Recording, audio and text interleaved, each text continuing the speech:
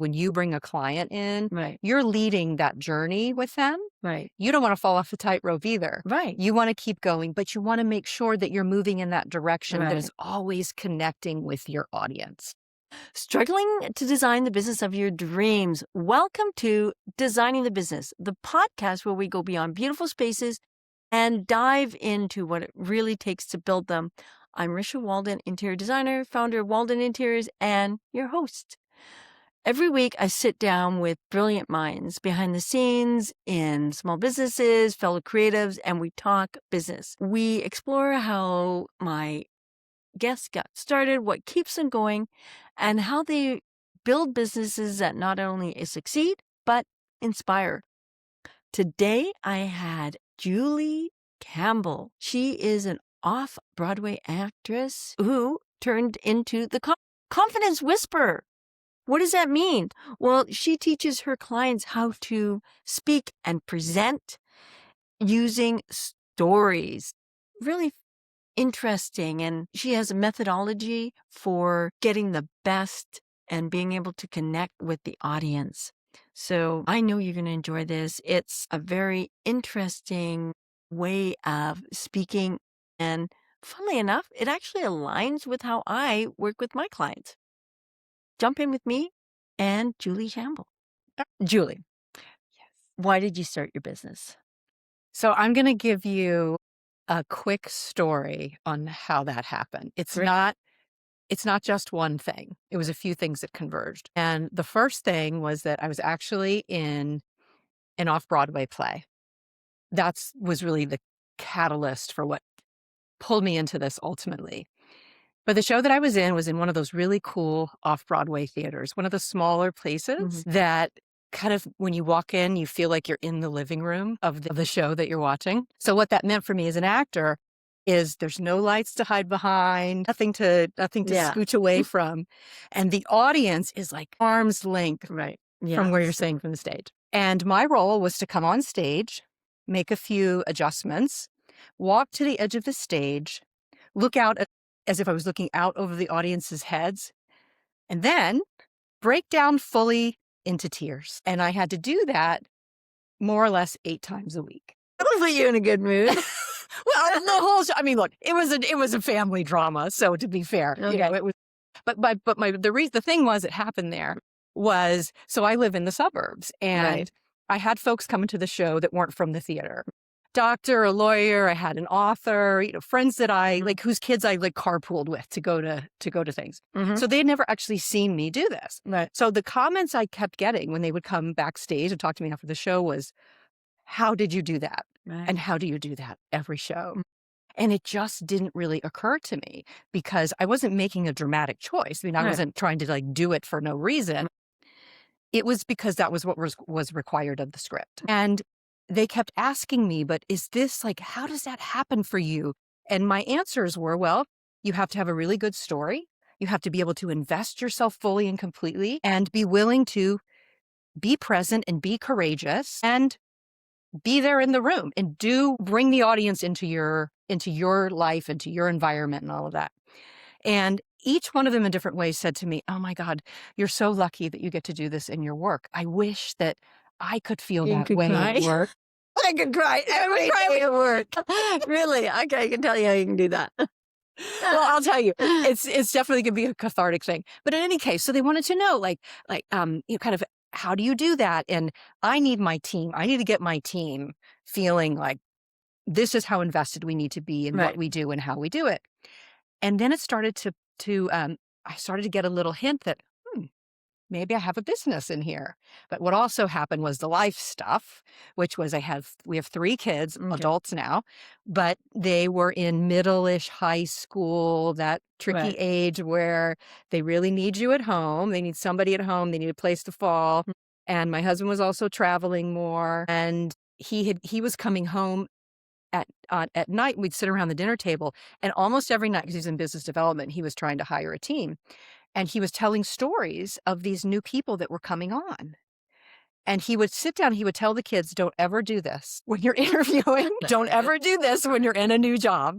And they're all like, they're in middle school and high school. Okay, Dad. But he said to me, you need to take what you do and take it out into the business world because people need it. Right. So those three things came together and Center Stage Connections was born. Fantastic. What is the impact that you want to leave with your business? What's underneath everything that I do is this truth that I fully and completely believe in, which is that stories connect us. Stories connect us to our emotions connect us to each other.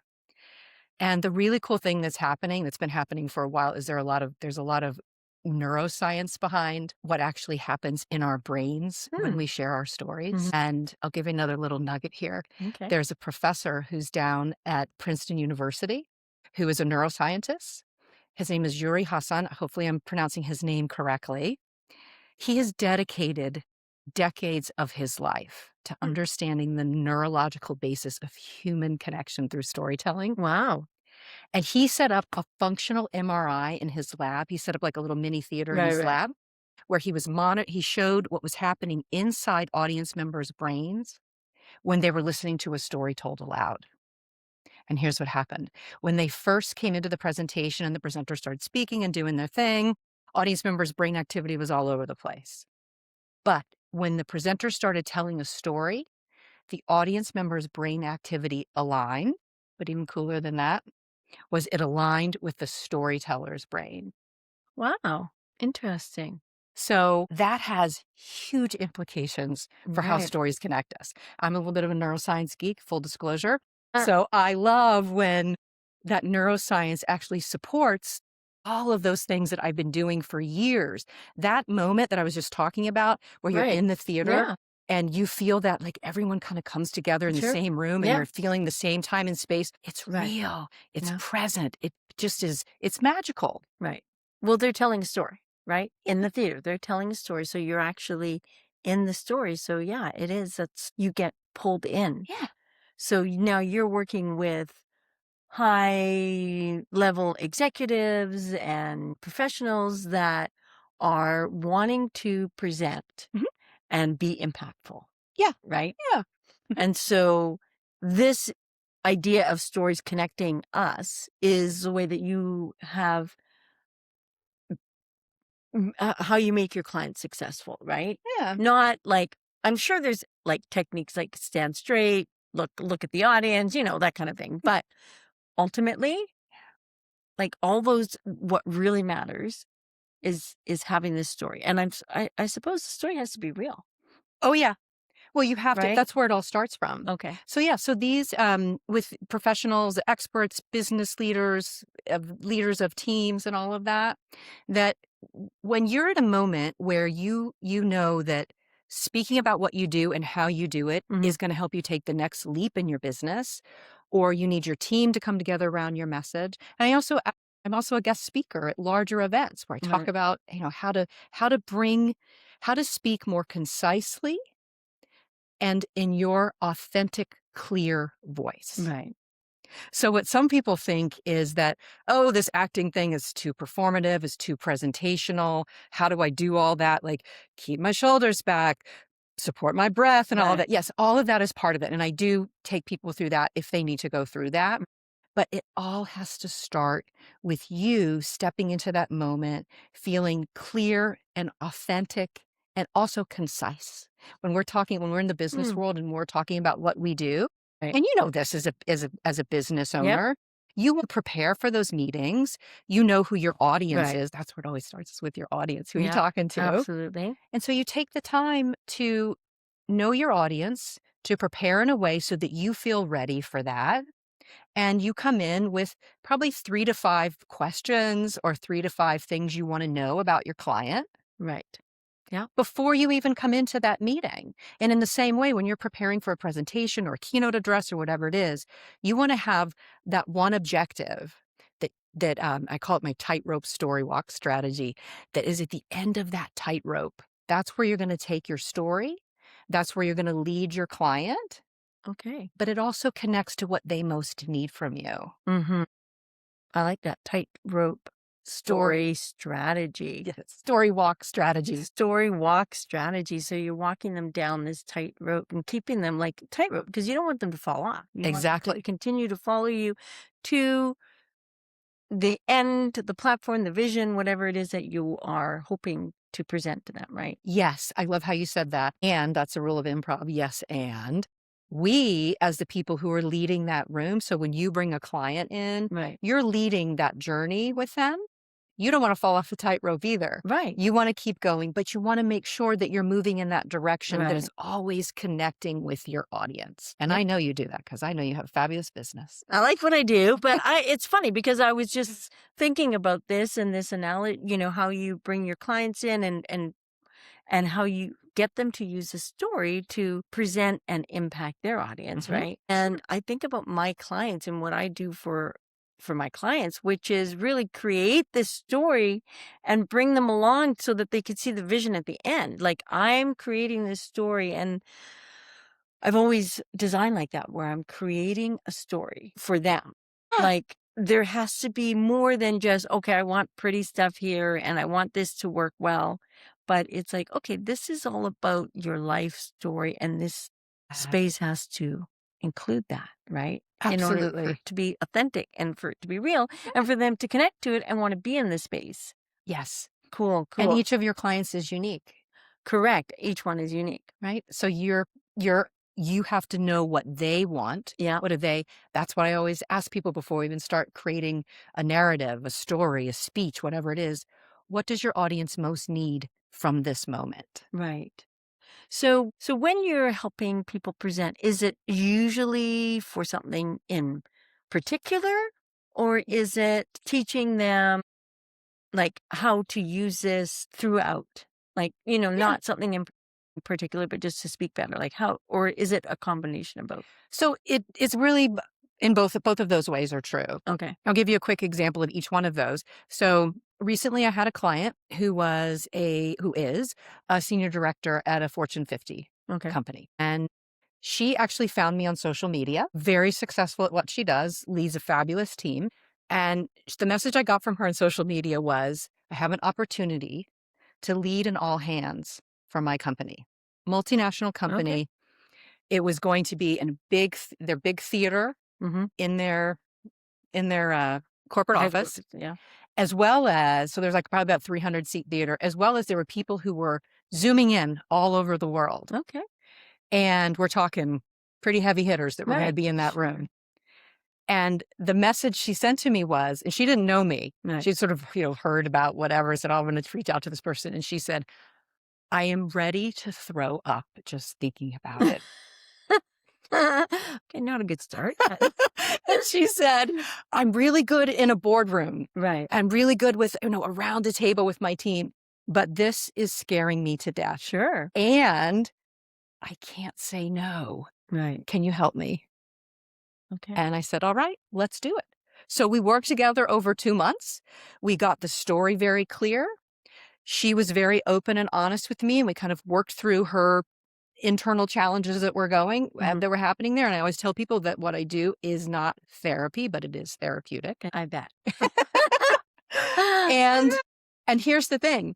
The comments that she got at the end of our 2 months together, and Right. after she did that, she reached out to me immediately after and said, oh my God, people said to me, best all hands I've seen in the 10 years that I've been here. Wow. So that's an example So of she connected, she did. which was, the purpose is it's Yeah. not just giving information, Nope. numbers. It's about connecting. So people are really tied, they've really tied to your story. They're really, They want to, people connect their stories, and people want to be in the room, and they want to have that thing Right. happening. But you asked me, so do I work in ways that are kind of over in different circumstances, not just for a particular event? right. So the answer So that to was a that is particular event. But yes. Yeah. So occasionally what will happen is I will get, or more than occasionally now, it's actually happening more and more, Okay. is the experts that come to me who are they're so smart, so good at what they do. And now they find themselves in a role where they are needing to speak or lead a team. And I had particularly a fabulous tech expert who, this is the exact situation he found himself in at a large pharma company. And he was in a new role where they're implementing this multi-level, very high visibility new strategic initiative on how Okay. they were pushing their information out ultimately to the public. But he was in a role now where he had to take all of that data, all of those analytics, all of that information, and put it out to other leaders of the teams that were in the firm, as well as to senior leadership. Okay. And that's a whole different thing. Right. Because you have to be able to take all of that information and distill it down into why it matters to those leaders. And folks who are really experts at what they do, they're used to getting into the minutia and the weeds and telling you all the time and that they spent doing the research. But when you're speaking to somebody who has to just take your fabulous idea and move it out, or senior leaders who have about 20 minutes to hear what you have to say, they want, give me the summary up front, top-down approach. Why should I do this? Why am I going to waste 20 minutes listening to you? Like, Yeah. I don't want to hear all the. Exactly. So for how does that work? so for him, what that meant was kind of flipping the way that he was most comfortable talking about the work that he does. So it's something that people probably know the term top-down approach, which is where instead of explaining all the research, this is what I did to get here, you give them the summary right up front. Right. And you do it with my methodology. What I do is I get people to put that into 1 or 2 sentences at the most. Why your audience is in the room, with what you're going to deliver, your content. Now, you can't spill all the tea right at the beginning because you want to keep them interested. Right. But your audience wants, especially if they're in a hurry, especially if this is urgent, especially if this is high stakes. Right. They want to know just what do I most need to know? So as the presenter and as the speaker, that's where you have to start with your content. Okay. Is put yourself in your audience's shoes and ask, what does my audience most need to know? That's what you start from. That's how you start your content. And then if you're one of those people who has all the slides and the presentations and all of that hoo-ha going on, which is another challenge, the story always comes before the slides. Because just like when you're walking on a tightrope, and just a little bit of insight here, when I was getting my Master of Fine Arts in Acting, the 3-year program that I went through, one of the requirements was that we each had to learn how to walk across a tightrope. So that was my inspiration for like, how do you get across that? How do you get across that tightrope? And that story, that objective, why your audience is in the room, and what you have to say, that's at the end of your tightrope. Okay. And so everything moves to every step you take on that tightrope moves you towards that objective. Right. So that's what he had to learn differently. And so that was someone who worked with me over the course of probably about 4 or 5 months. And we just kind of got really into understanding the content and how do we need to flip that. And also just that, like, he hadn't done a lot of speaking. Right. So we worked together on all of those inside and outside obstacles that get in your way. Sometimes you've got some intimidating senior leadership that you kind of have to impress. And some of that work is very internal. And it really comes down to telling yourself that I am the expert in the room. I earned this spot just like anyone else did. I deserve to be here. And now we're going to go on. And sometimes it doesn't happen overnight. It's a process. Yeah, sure. Yeah. I mean, you know this, right? When you first start your business, and even, I mean, it's always a it's always a learning. It's a learning curve. Like, like I'm still learning. I'm like, came back this morning. I'm like, okay, we're changing this up, how we do this, because it's not working this way, and I want to change this, So tweak. Yep, absolutely. The whole way along. And just the things that you want to get better at, you just have to practice them. Right. We remember that from when we were kids, right? We want to learn how to be a good piano player. Practice. I didn't practice piano. I spent hours practicing. Oh my God, my life was practicing. I practiced so much. So what's the biggest mistake you see your clients making? Biggest mistake, I would say, is not starting from what their audience most needs. Okay. When we start to speak and as presenters, we get very wrapped up in what we're going to say. Right. And what our own agenda is. And really starting from that place of understanding fully and completely who your audience is and what they most need does wonders for not just shaping your content, but it also helps you to feel more solid in what you're saying because you know that you're delivering value. Right. You know that when you come in prepared with that and letting your audience know, I know why you're here. Right. I know what I'm going to talk to you about why you're here. Here's what we're going to do together. Know, like, trust, those things that we all learn, right? Yeah. So that happens immediately if you start from what your audience most needs. And it also gets the attention off yourself. Right. You're not so nervous about all those little things that you're doing that you're self-conscious of because you're always thinking about what your audience needs. Yes. Yes.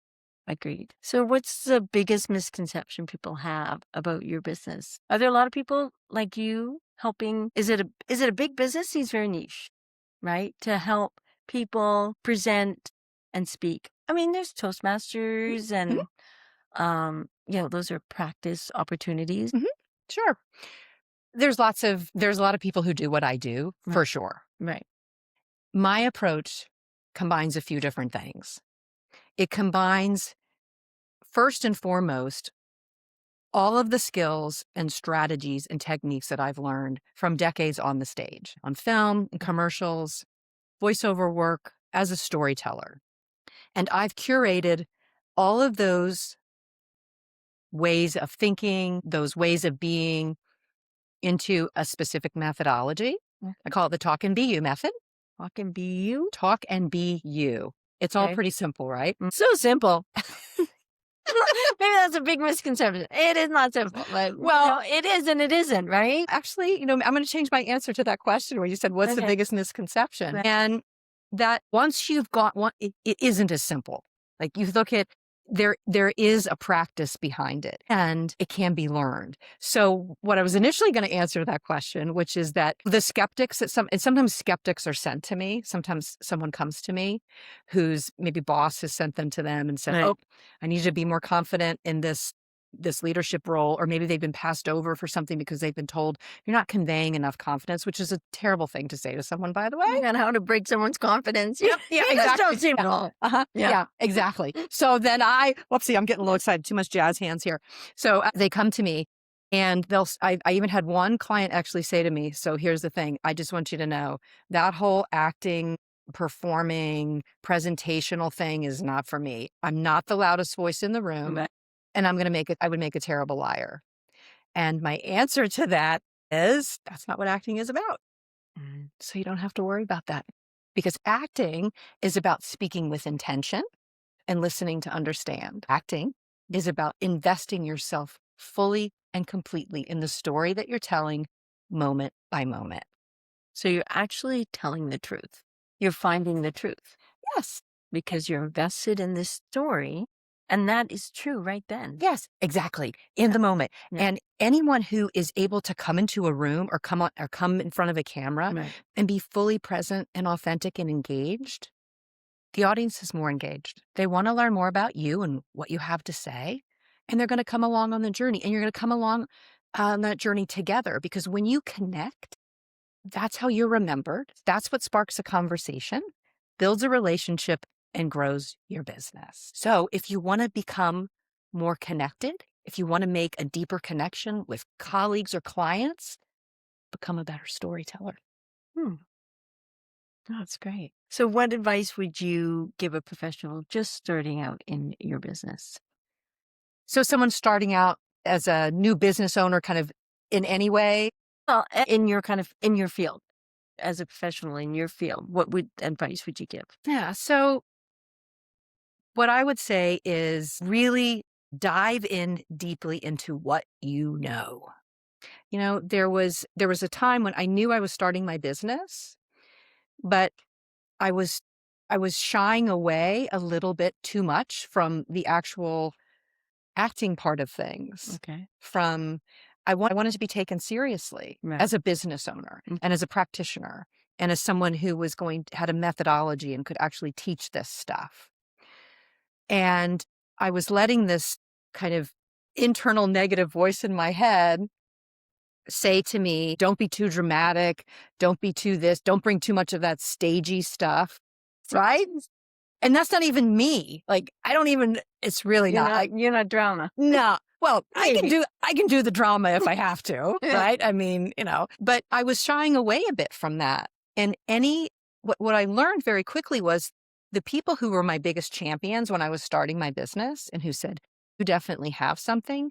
Every single one of them said, you've got to lean in to that off-Broadway experience, that film, that television, that voiceover work that you do, and take that and help it make sense to people who are not from that world, but who want to feel that sense of clarity and authenticity and presence that they do imagine themselves in when they're speaking. Mm.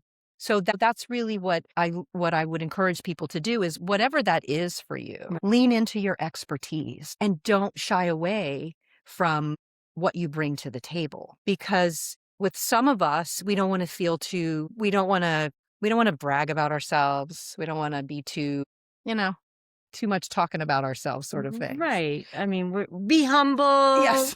Right. Don't talk about yourself. Yes. But it's, the brag thing. I've got a new one for that brag, which is it's not bragging if it's true. I'm like, yes, well, that's not bragging. Like, yes, it's true. Yes. I love that because it's true. Like, how do you, like, you need to connect and you have to, how else you can do that if you're stoic and reserved? Absolutely. And, nobody connects to cold, hard granite. No. Unless it's on your countertop and it's beautiful in your kitchen, which, Yeah. I could connect to that. But what's funny is that I started to think about, all those things that we tell our best friends, or we tell our partners, or we tell our spouse, or we tell our kids. Right. Believe in yourself. Yeah. Go out there and go do the thing. You worked hard for this. You're prepared. You're ready. Go do the thing. And we have to tell ourselves that as business owners, particularly when we're starting out. And then along the way, when it does get bumpy, because it's never a straight line as a business owner. Oh my goodness. Really? Straight line? No, I didn't know that existed. Hills and valleys. Yeah. Not even, yeah. Yeah, that's interesting because you have to find you have to believe in yourself. Mm-hmm. And then to tell your story. Because if you don't and you're telling a story, people don't believe you, like why would they? You don't believe you. They're not going to believe you. I'm going to use that quote. You don't believe you, they don't believe you. It's so Big true. Quote. That's so true. I should with the quote for the day. No, it's all true though. It truly is. Yeah. And I will add on to that.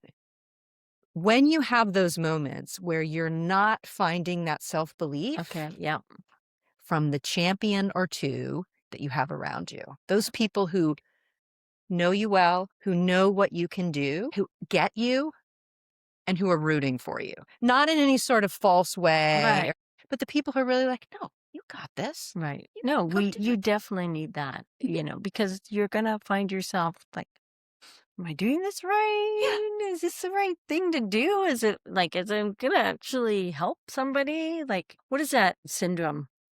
Imposter syndrome, right? Oh, yeah. Okay. So here's the thing. I got a little thing with that imposter syndrome. Okay, tell me. What's the But thing? I'm not the only one who's got a thing with imposter syndrome. So with imposter syndrome, that assumes that you don't feel that you have earned this spot where you are, or you don't feel that you really deserve to be in that place that you imagined yourself to be, or you did get that opportunity and now you're just scared to death and you don't know how are you going to do that. Somebody thought I could do that and I don't know if I can do it. How I help people work through that. And then again, this is the not therapy, but it is therapeutic part, full disclosure. I talk about your inner critics, that little voice in your head or little voice that maybe lived with you a long time ago that told you all the things about you that weren't right. Yeah. Go on. What you got one too, right? Yeah. Why you're not right. Yeah. Why you're so this, why you're so that. Yes. Okay. So I have a whole thing that I like to do with people where I actually ask people to give their inner critic a name. Okay. My inner critic's name is Wanda. My apologies to anyone who's really named Wanda. This is not about you. It's that person who just, it doesn't really have anything helpful to say or positive. Yeah. Right. So you can listen to that person before you go off mute and turn on your camera or walk into a room. Right. Or you can listen to your choice. Call it your inner champion. You don't have to call it a mentor, but that person in your life who really believes in you, who Right. really gets you. Or the voice of your best friend, the person who's there. If you said, if they were going to do the thing that you're about to do, Right. what would you say to them? Of course you're ready to do this. You prepared all your life for this, or you're ready for this. I might be challenging. I know that you're nervous, but I know that you can do this. And here's the other little neuroscience tidbit that goes in there. There was a study that was done that when we talk to ourselves with that positive self-talk, to use your first name Okay. when you're talking to yourself. It sounds a little wonky if you're walking down the street using your first name, but yeah, I mean, It's whatever works. It's the least wonky thing I'm sure I would be doing. That idea of Right. saying, okay, Julie, you're going to do this podcast with Risha. You might be a little bit nervous. You might be a little bit like, oh, what happens if I ramble, if I use too many of those ums? Well, basically, you know, that I teach Right. everybody else not to use. What happens if all of that stuff goes on? Just keep going. Risha's excited to see you. She's got a great audience out there. She's an amazing fun house to go into. All of those things that pep you up, that make you feel good about who you are. Sometimes we have to be our own inner champion. Absolutely. Uh, Yeah. That loudest voice in your head is the one that you'll be listening to before you start to speak. So let that be the voice of your inner champion or your best friend that Yeah. says you got this. Yeah. No, that's good. I've recently, started saying to myself, okay, is that what I would tell my child? Yes. Because I know I would never tell my child that. I would never say, what are you kidding? Have you got that? Like, what did you know what you're doing? Like, I would never say that.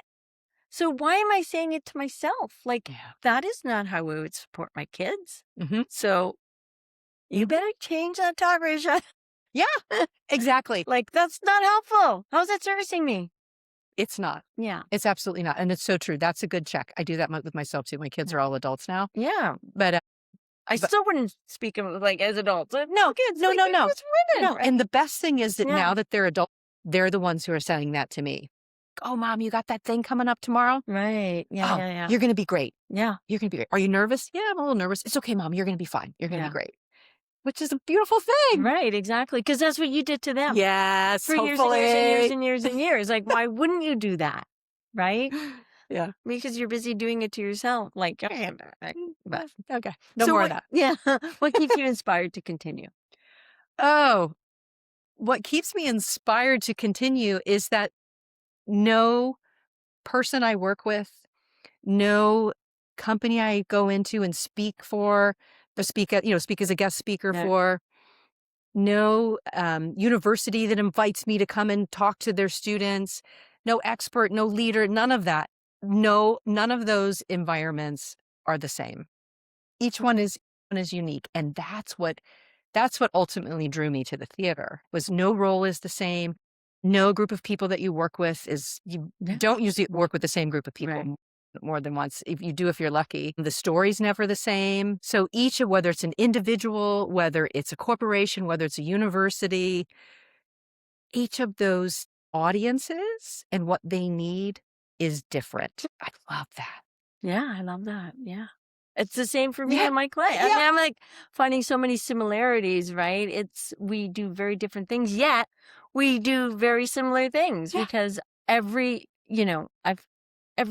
client is different. Every environment is different. Every room, what they want to do, vision is different. Yeah. And it's exciting, It is. right? It truly is. And I've got this because like it's interesting and it, Mhm.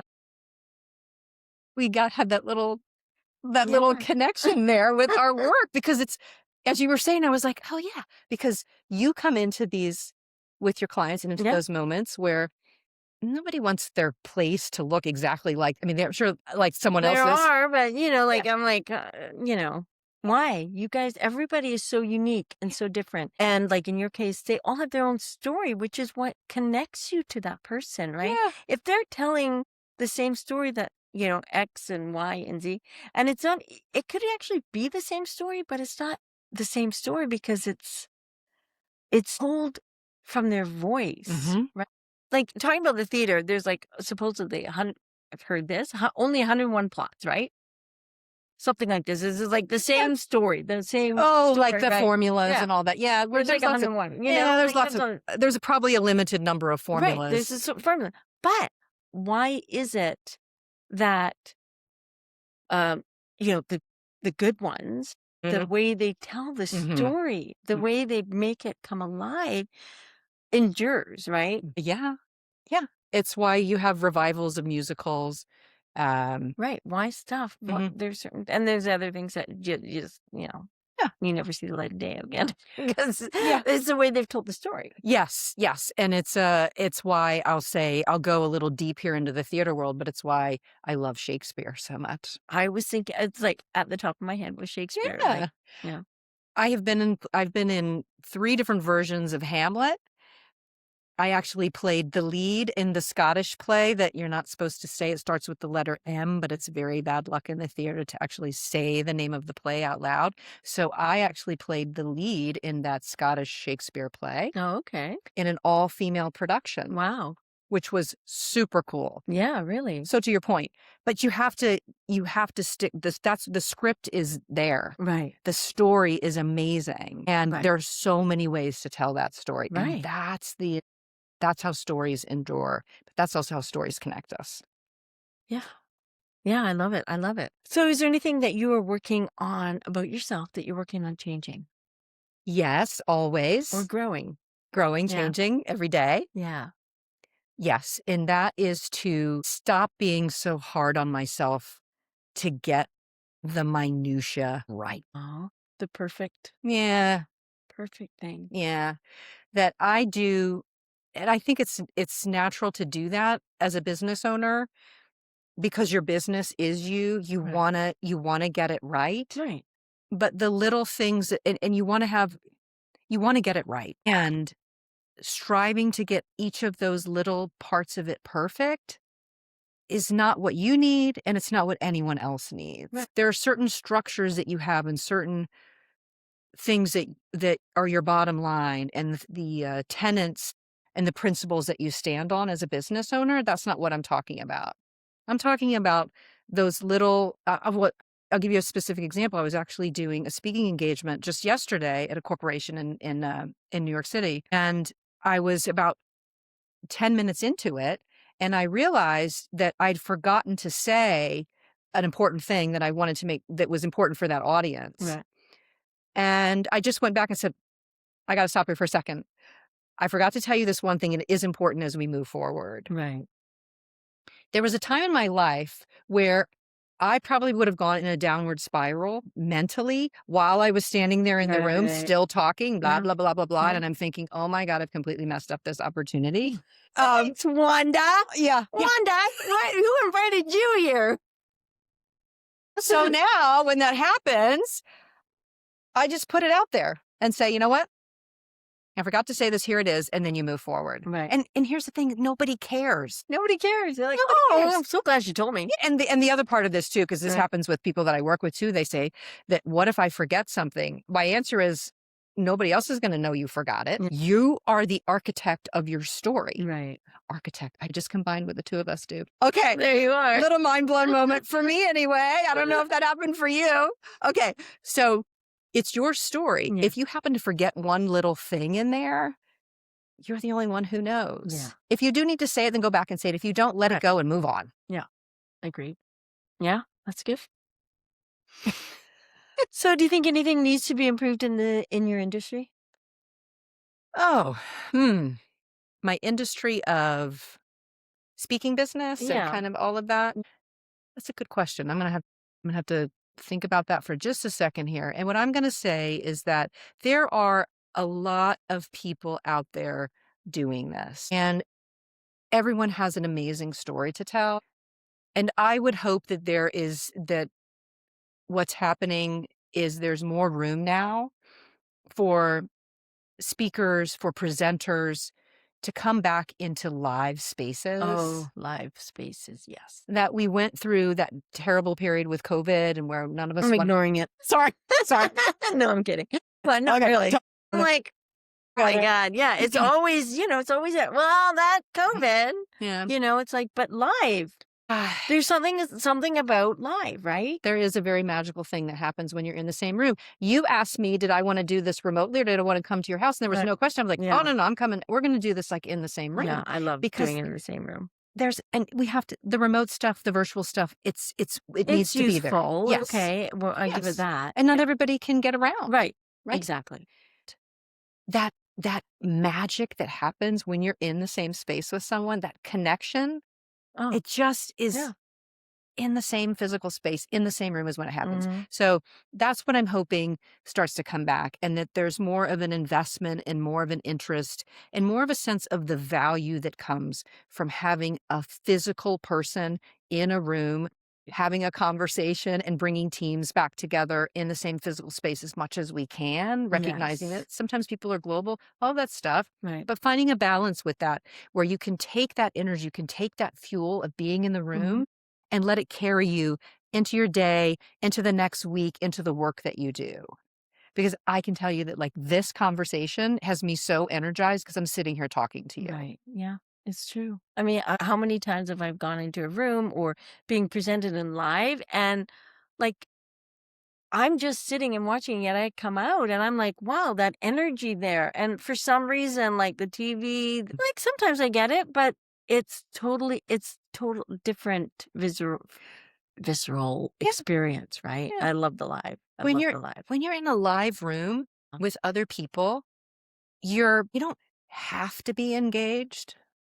Right. Easy to get disengaged.